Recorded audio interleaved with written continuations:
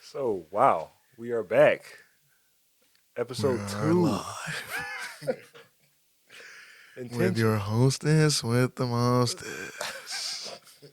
No, I'm like, go ahead, do your intro. I don't even know how to do these for real. But, man, we are live and we're back. Episode 2 of Intentional.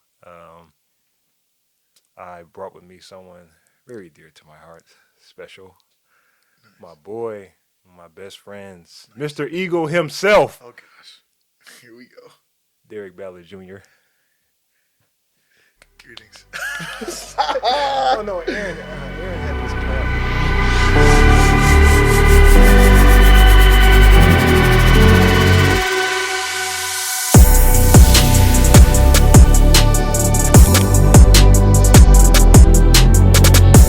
Yes, sir, man. It's good to be here. Actually, That's good. I've Yes, never done a podcast before, but I What? know I want. Yeah, I've never done one before, and I always watch podcasts, but I'm like, I don't even know what I would probably say on one. So this is kind of cool to be actually be able to do so. Mm-hmm. Man, this is just something that God did. Yeah, of course. You Honestly. texted me about it, and I was like, if God said to do it, then Man. go ahead and do it. Because everybody got one of these, but only the few Mm-hmm. are really good at it. It's crazy, man. So, to everybody who you are, where you from, what you do. My name is DJ Ballard. I grew up in the same city as Isaiah. In high school, I was deathly afraid of him because he went to That's crazy. so he played for Southfield High School. I played for Southfield Lathrop, the better school. Are you kidding? Not in basketball, Right but, here But on the podcast, on the pod. yeah, so I played at Southfield Lathrop, and he was a year older than me. But every time we played Southfield High, I was only because he was my matchup. He would usually be my matchup if I was to play. I would be definitely afraid of him, and so. There's no But way. so we went off on our separate ways, and I ended up being his teammate at Eastern Michigan University. Mm-hmm. We were teammates for 2 years, and that really cultivated our relationship, and that's what you see today. Me personally, I'd say I'm a child of God. Yes, sir. All I do is I live and breathe basketball. I love women's basketball. I love the WNBA. That's my passion. And then, yeah, and then I also work for the Pistons right now, working as an account executive. Yes, sir. So yeah, Okay. that's who I am right now. Oh, and I'm also married, newly married. Ooh, Yeah. I was just about to get into that. Newly married, Man, yeah, that was. I don't know why- For those how I who don't forgot know, that. that was a spectacular. Man, I had never seen a wedding Oh, stop like it. the reception hall is just wedding of the year. I give you Paris. It's springtime. I've gotten that like so many times. I've gotten that at least 10 times. All that was missing was the angels hanging from the ceiling. Y'all. No. Like all they had to do was that, and that would have been. Anyway, being married, Yeah. how has that changed your life? What would you say? Oof. I tell people all the time, I can't really describe it normally, but I tell people it's the most freeing thing that I've ever done. It's Really? Yeah, everybody usually says it's like Yeah. they it's like you're locked away, Yeah, you try you're to act locked up like with that. one person, but I'm like, nah, man, like God told me to do this. Mm-hmm. God told me this is my person Yeah. when I was 3 months in. Mm-hmm. I told her prematurely, probably, that I loved her in 2 weeks. So I already, yeah, I know. I'm not here to do that. We're not here to do that. Yeah, I know. That's not what this is. So she was taken aback by it, but yeah. So I had been planning this, dreaming of this for about a year and a half. So it's the most freeing thing to be able to be like, okay, like we can finally, of course, have sex, but we can finally live. Yeah, we can finally live together And also, be able to worship God together, Grow together. and grow together at the house. Okay. So that it's freeing to be able to come home from a long day and then be able to talk to your best friend until you go to sleep. Like Man, that's what it amazing. is right now. I mean, I know there's going to be challenges with it. There's going to be, we've had hard conversations already, even in the dating and engagement stage. But I this would is the think so. person that Yeah. I want to do those with. I want to do those hard things with. I want to build, my legacy Yeah. with and everything. So That's what's up. I want to be part of her legacy. Really, she's the one. Oh, That's well, yeah. Sid She's the is. one that's amazing. My wife Sydney is absolutely amazing at what she does, being a Christian hip hop dancer. Mm-hmm. She's one of the best I've ever seen. Man, she really is, y'all. Check her out. Yeah. What's her handle? Instagram? Instagram is Sydney. Okay. Sydney V official. I think it's Sydney V official _ or it's Sydney _ V official. One of those two. Whichever one is wrong, you can cut it out. Yeah. But yeah. Got you. Okay, so when I look at you, man, I think of the word integrity. Right. Oh, thanks. Yeah, man. Yeah. No, for real. You show it every day since I met you. You showing it. What does that word mean to you? Sheesh, integrity. Mm-hmm. Well, it's for me. It's just living to be an example of who God wants us to be. I haven't really. That's the only way I can really describe it.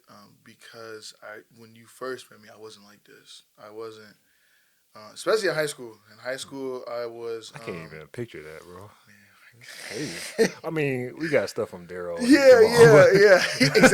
Exactly.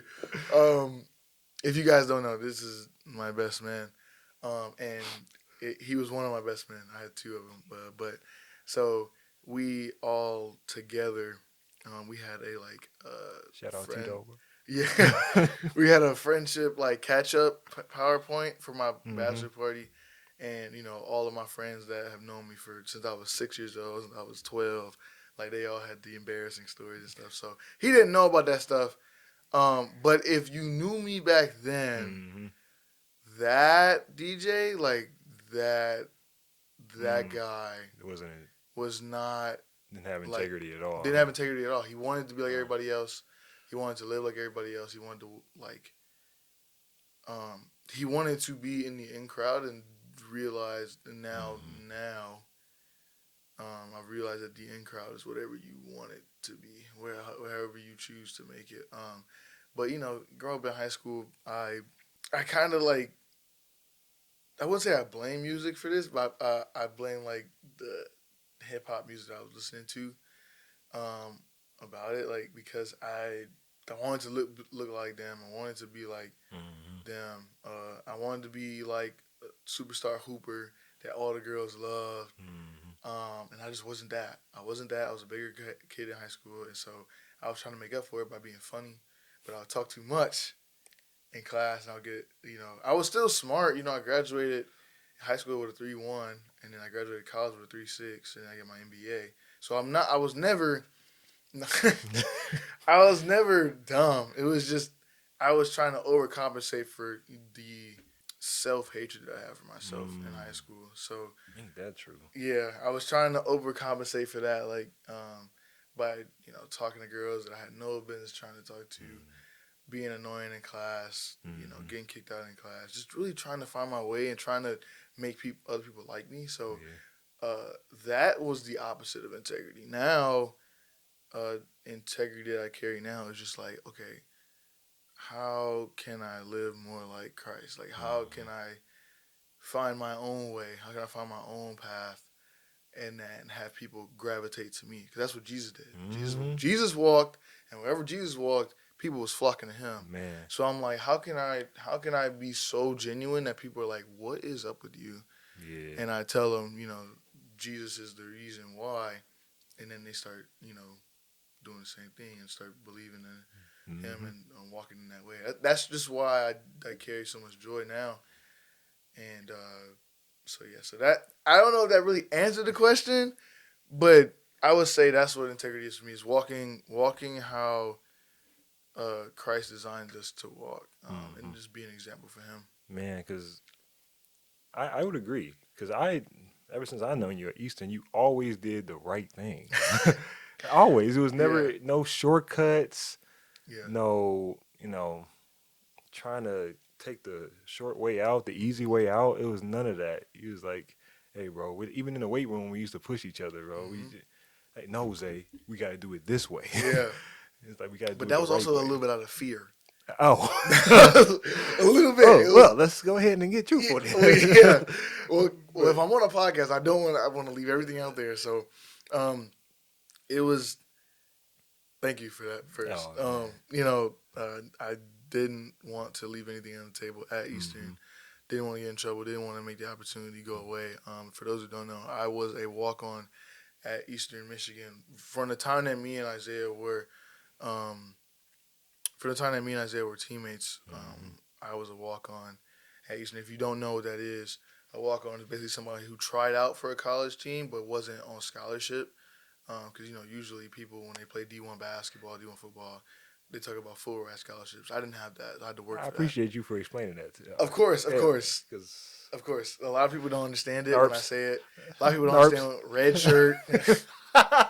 Yeah, yeah. So basically, when I did that, I got to the point where I tried out for the team. I made the team, and then out of fear, I was like, I have to do everything I possibly can. I know I'm not the best player on this team. I know I probably will never be the best player on this team. But I have to do everything else in my power to show that I actually belong here and that they actually still need me. So, and it became a little bit obsessive. It became a little bit of idolatry, not going to lie. But, like, that's what, like, I was trying to do everything in my power to be like, okay, like, in my power, like, keyword.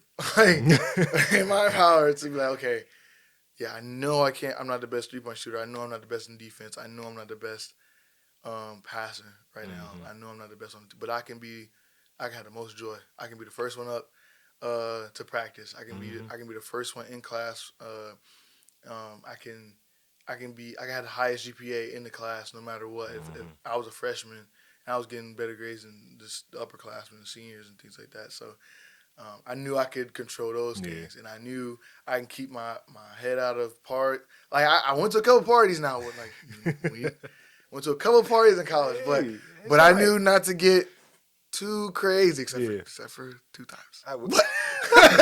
But I knew not to get too crazy to where it would get back to my coach. Rescue my boy. Anyway, yeah, but I knew that there was like things that I had to do, almost to ensure like every day that I made a team, and so that also became fear in a bad way, because in practice you could tell that I was being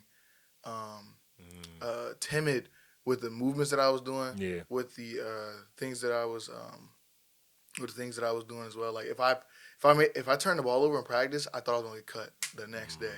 That's how in my mind that's how I thought. No, because as a walk on in college, you have to make yourself known every day. in every single. Because they won't like give you reps. They won't give you reps. They won't even look at you. So you have to be. So when you get the ball and you actually have the possession to do something with it, you have to do something with it. You have to do something. And if you don't, go sit down. Yeah. Like honestly, so that's where that came from. Yeah. But on the positive side, it made me a professional. It made me a professional. Yeah. It made me learn. Oh yeah, I don't have to go be with everybody else like I thought I had to in high school. To be cool. Like I can be cool being the smart kid that I usually am, coming from a 2-parent household, a great family and things like that. Like I can be all that and still find my own way and still be cool in my own way. So that's where that came from. Shout out Ballards. Yeah. Ballard family. Yeah. But man, idolatry, what you said. Yeah. That how many athletes go through this, man? Oh. It's like, and it's in college, being an athlete and being Christian Oh yeah. is tough. Yeah, it is. Man, it's like it's party over here, party over there. Mm-hmm. Yeah, you the way people talk in the classroom, Women everywhere you are, everywhere. just the Everywhere. Yeah. belief, and being athletes, Mm-hmm. women and stuff. So they just try to take you out of your walk Yeah. all the time, Yeah. constantly, bro. So I'm proud of you for sticking with that. Oh yeah, of course. But You the one that helped me do it though. oh man, well, You're the one that helped me do it with yeah, Athletes in Action. shout out Bruce, man. Yeah.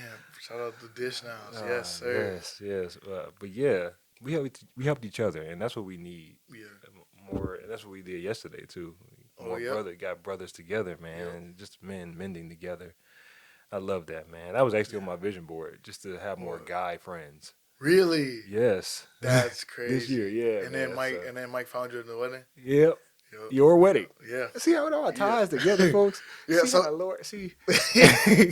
so you had to explain for people that don't know. So like if you don't know, Mm, I am in this Christian mentoring group, discipleship group. Sorry, mhm. not mentorship, discipleship group.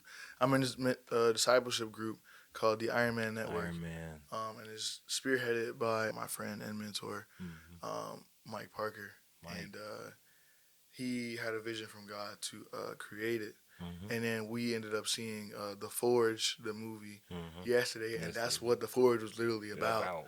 Discipleship. And so Mike has strategically gone through our church and our friend groups and have found leaders and brought them in based off of who God tells them Bro. to choose. It's And so like Isaiah has been the next person that he's looked at. yeah, And so new recruit, and that is crazy. That is on your vision board to find more guy friends man. because Yeah, that's what I surrounded myself. I have a great band of brothers Mhm. in Christ, and some that are still trying to come to Christ.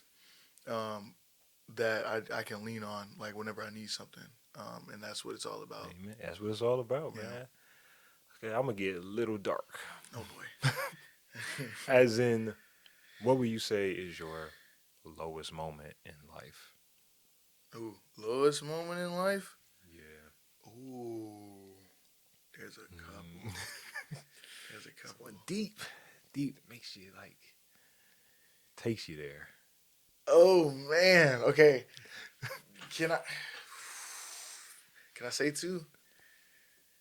You said it was the deepest, like Man. the darkest. Hey, you're very vulnerable. That's why I love you. Yeah, that's what I'm saying. I have two. One that was recent, You one got a that was deep not bag. recent. Right. So I'll say I got a deep bag. Vulnerability. I got a deep bag of vulnerability. It's in my duffel. Hold on, let me pull it out.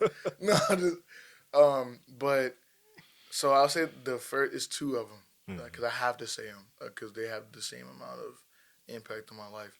The first one was I would say 2017, 2018. Just that first 2 years At Eastern. of being at Eastern, Yeah.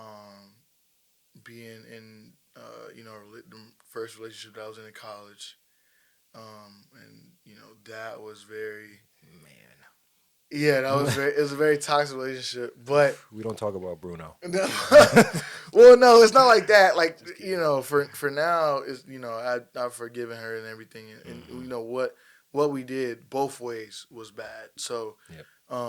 But I was really addicted to porn and sex. Like I was really addicted. So I had a porn addiction that started when I was 10 years old, and it had grown to something that was uncontrollable in college. Like, Man.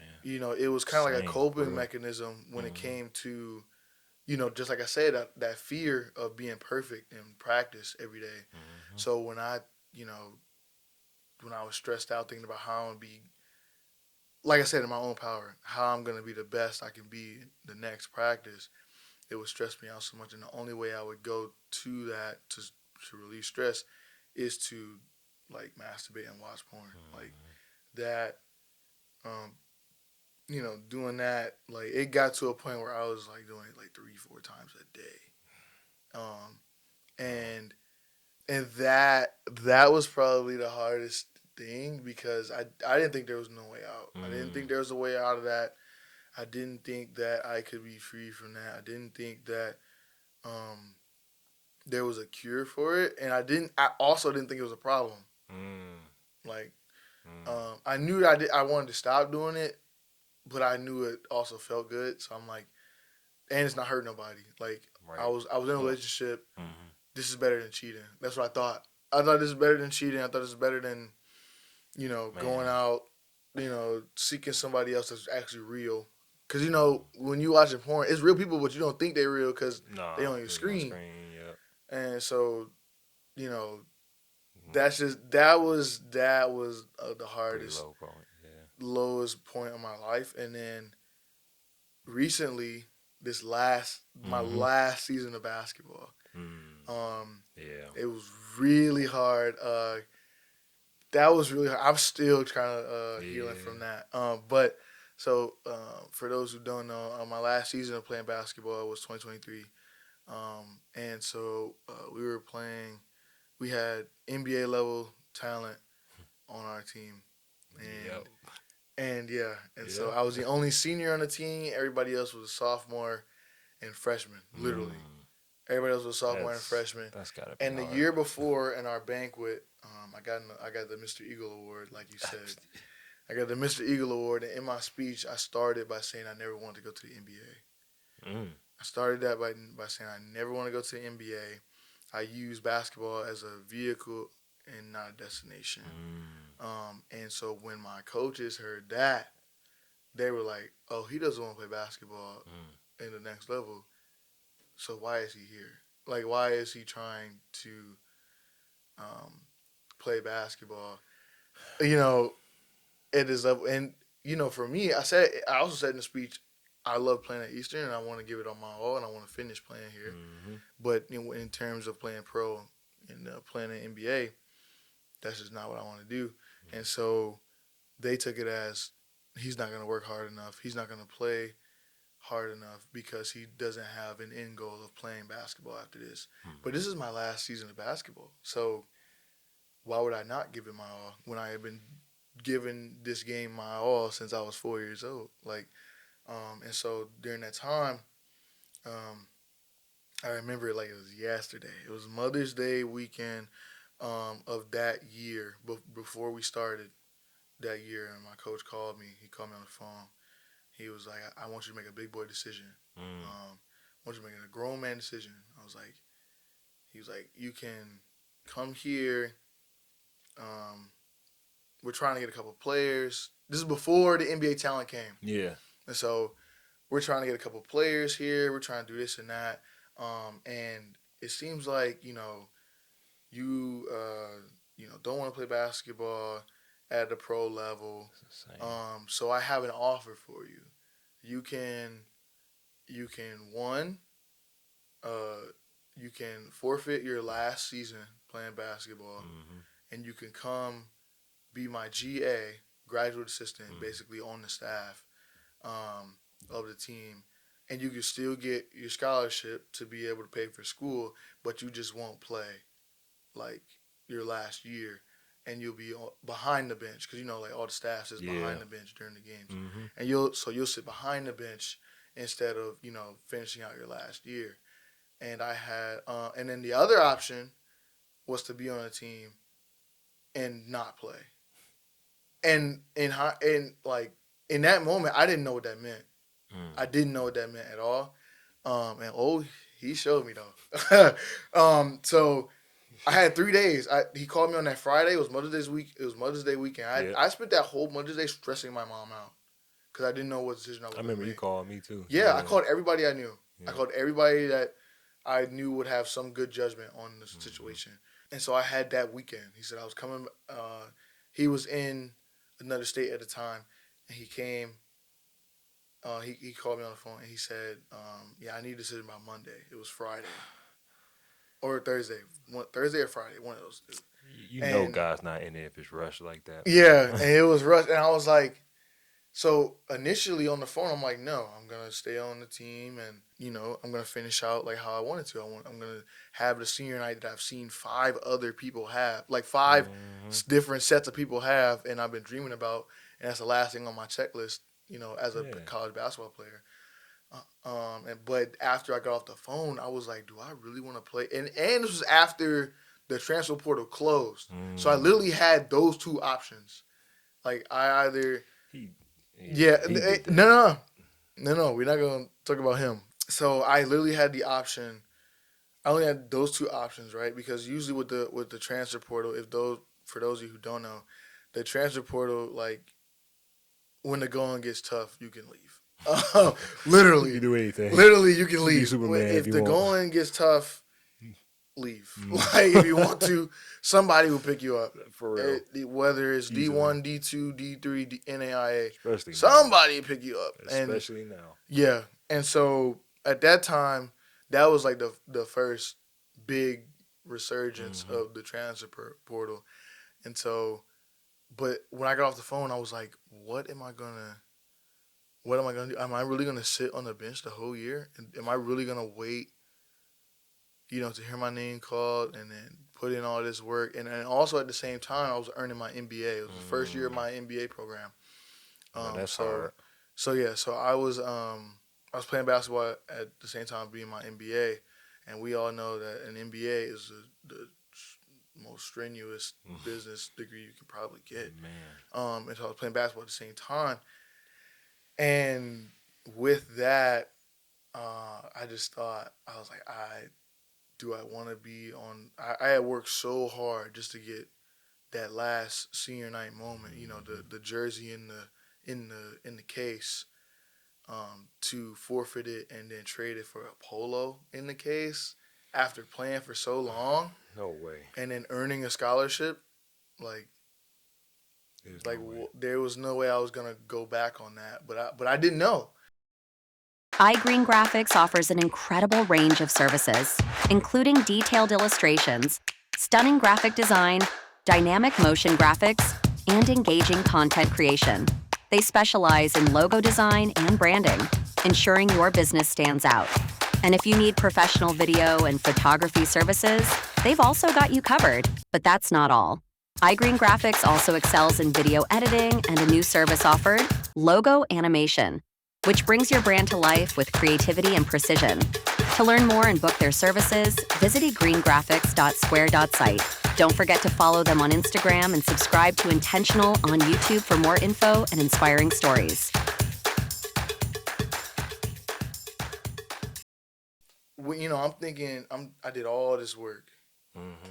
all this work, and I walked on the team, Earned it, man. and then got up to the final year of my eligibility of playing, and now he wants to take it away. Like, Mm. and That's so depressing, bro. yeah, and so fast forward those. I talked to everybody I know. You, Mm-hmm. former coach, Yep. friends, everybody I knew that was in the basketball space that I had Mm-hmm. a hold of.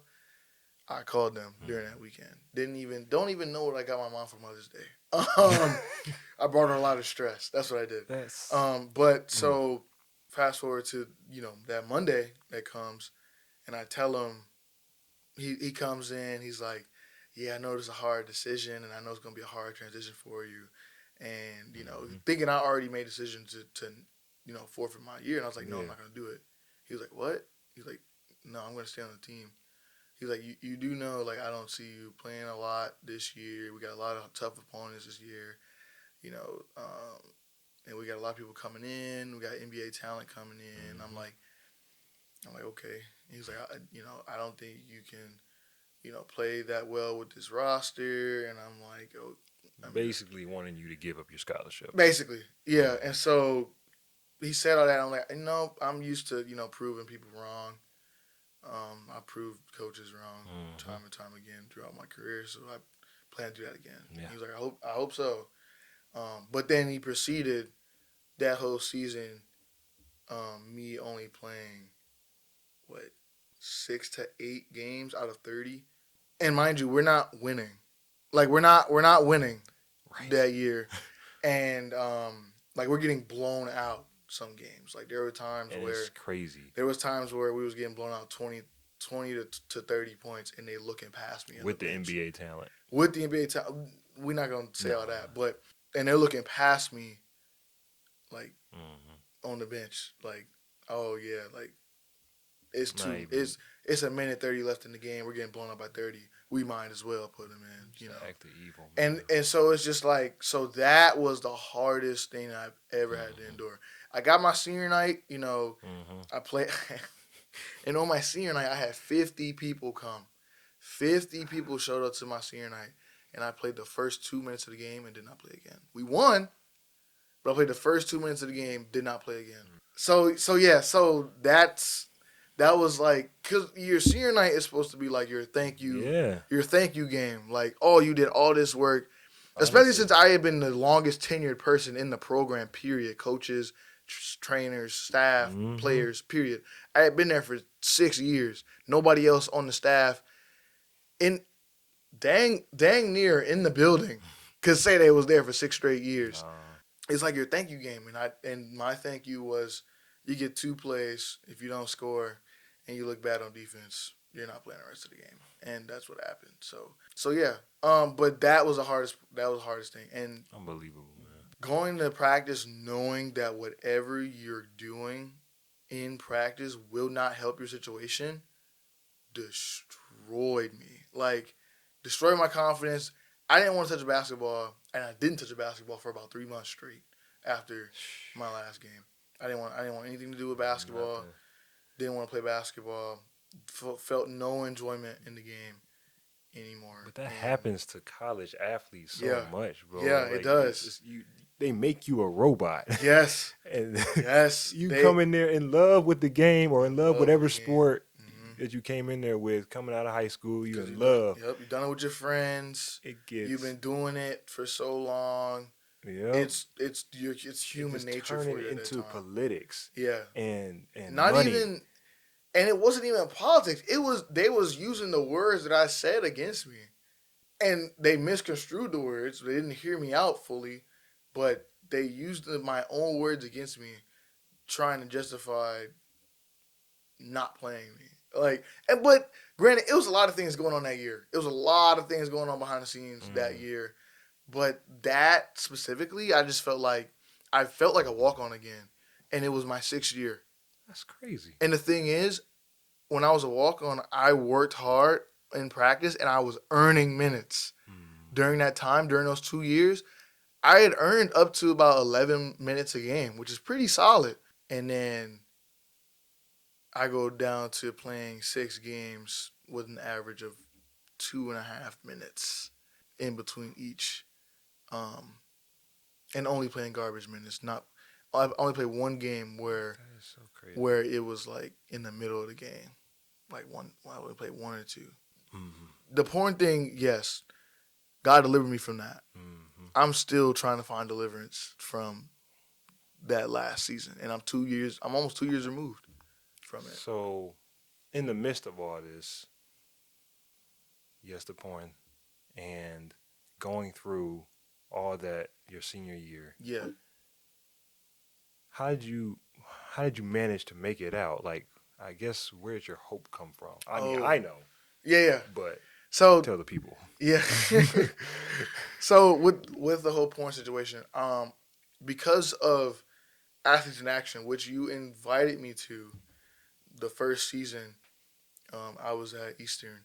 Athletes in Action, for those who don't know, is a Christian college discipleship program organization where like literally their goal is to have a Christian on every team in every country and in every school. And so they would have like subgroups and everything, and I would go to the groups. And in 2020, I went to their ultimate training camp online, and that showed me how I could be an athlete while praising God, and how I can invite Him in every aspect of being an athlete and every aspect of life. and I was doing things that I've never done before. Like I was asking God, like they had okay, you learned this principle, put it in action right now. So, like I want you to invite God in. This is when I knew God was real. It's very shallow, but this is when I knew God was real. So they told that we learned a principle, and they told us, all right, we're gonna do it right now. Get on the floor and do the longest plank you could possibly do. But before you do it, invite God in and ask Him to do it. Mind you, I hate planks, still do to this day. I had never done a plank longer than 45 seconds. Sorry. I had never done a plank longer than 45. Tough. Yeah. I had never done a plank longer than 45 seconds before that. And I invited God in, and I asked Him, I'm like, Lord, like, I invite you into this workout. Like, your strength, not mine. Use me how you see fit. And I planked for 3 minutes straight. 3 minutes straight. And I was like, okay, God is real. like I was like, because I ain't never. Maybe I've done a minute, just off just off my own strength, but 3 minutes straight. I'm talking about stiff as a board.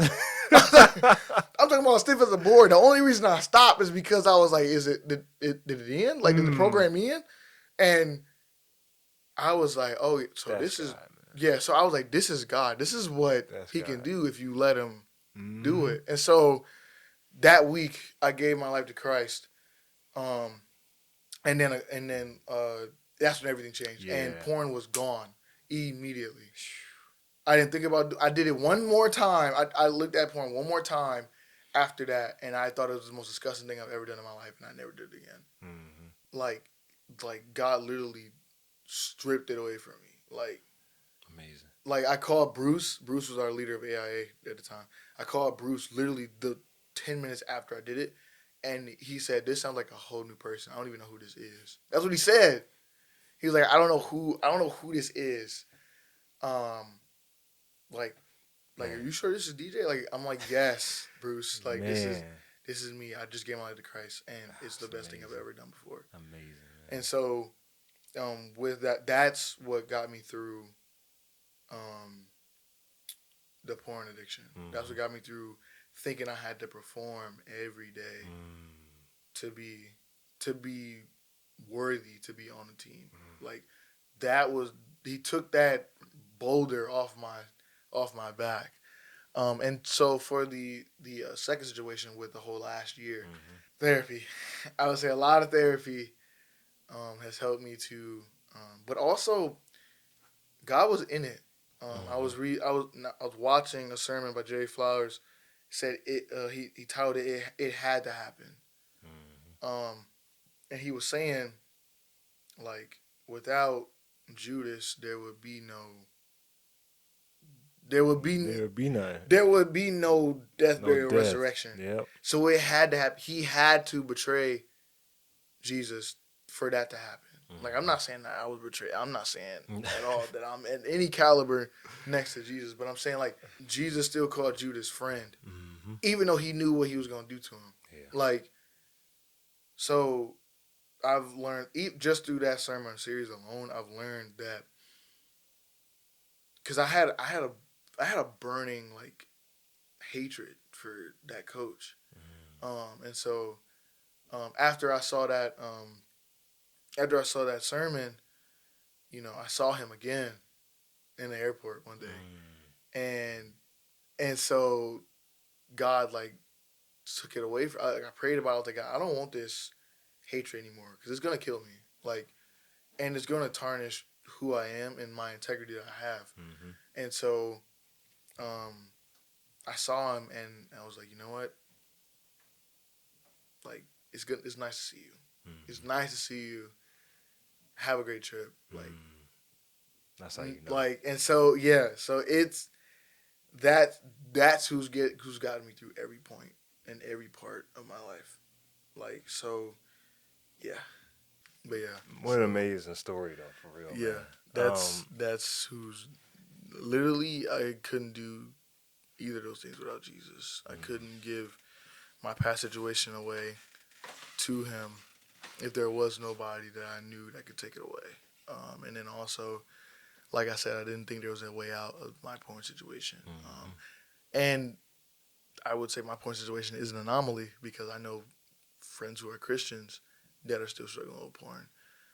Very I much was. so. So yeah, that's what I'm Yeah. saying. So my story is not normal. No. I'm very much so a miracle, and I would definitely say that for sure. Man, it's giving it away to God. Yeah, Kind of like how we saw in the movie yesterday. yeah, Giving it away. Like, and he's standing there like, hmm give it to me. And we're just, no, literally. it's mine. It's my anxiety. It's mine, Yeah, problem to deal with. And yeah, he just wants us to give it. And the weight, he takes it off of us and it makes us feel so much lighter, man. So I guess my last question would be, what is some advice you would give to a young DJ or somebody that's trying to be like you or looks up to you or in your situation, like athlete or struggle with in high school, just trying to navigate through life? What would your advice be to that person? oof. Really try to learn God for yourself. Like try to really learn how you can implement God in every part of your life. And then the second thing I would say is like be where your feet are. Don't literally Oh, okay. Matthew 6:25 through 33, 34. Talk what Jesus is talking about, like, why are you worrying? Like the animals don't worry, the flowers don't care about what they look like. Like, but flowers get picked every day. Animals literally don't know where they're gonna get food, but they get fed every day. Like, Man. so why are you worrying about something that's gonna happen in the future that you don't even know is Bro, gonna happen? that's so good. 'Cause that reminds me of one of my favorite scriptures recently, Philippians 4:6. I Oh don't worry yeah, about anything. Instead, I pray about everything. exactly. Yep. And so So, literally being where your feet are. Like in this moment, I'm with you. Not worried about what I gotta do with the house later on. right. Not worried about an event that I gotta go to. Like, be where your feet are. And if I would have told myself that in college when I was a freshman, trying to prove myself while practicing, it would have helped me to grow as a player and as a person even more. So that's what I would say to somebody who's like an athlete or anybody who just has like ambition to do something great. Like literally be where your feet are. If you do music and you want to be on a stage one day, like do scales. Like, well, you know, Yeah. depending on what instrument. For those you who play. don't know, DJ is very musically intelligent. He knows every song ever. He was singing every song in the movie yesterday. It was like I'm a fan of music. Yeah. I dabble with. I haven't played my bass guitar in 2 years, But your family came from music. yeah, my mom was a choir director, and my dad. I wouldn't say my dad is like musically inclined, but he invited me into the secular world of music. But not in a bad way. Well, yeah. And like I was Yeah. listening to like Black Eyed Peas and Oh, like Outkast and stuff like that. So it's like yeah. that Yeah. that stuff helped me to learn like who, and then I learned who Daft Punk is, and that changed my whole scope of music. But yeah, so being where your feet are. If you have an instrument that you play, work on your scales and only focus on the scales. If you play a sport, say if you play basketball, work on dribble combos, like work on layup, do micins, like do what you can. I go to work every day. I'm like, and I got this from my friend Lorian. Like I pray, like Lord, don't, because I work in ticket sales, like I work in sales, so I'm like, Lord, don't have me have a mindset of performance today. Just help me to exist and actually just do my job. Like if I do my job today, it'll set up whatever is for me in the future. Yeah. But I can only deal with today. I can only deal Tomorrow got his own worries. with that's at the end of Matthew 6:34. I think that's yeah. No, you said it. And so, Yeah. like that's what I would say. Be where your feet are. Man, I haven't heard it put that way. Be where your feet are. Yeah, I've yeah. heard like be where you are now, like be in the moment. I've heard of Yeah. that, but that's a good way of saying it too. Yeah. Well, man, I appreciate you, dog. Of course. Of course. Always. I appreciate you. Yes, sir. Yes, sir. Till next time, man. It's Derek Ballard, Mr. Eagle, the one and Thank only. you. No. Isaiah Green. Oh, man. The one and only. Love 33. Appreciate you, man. Of course.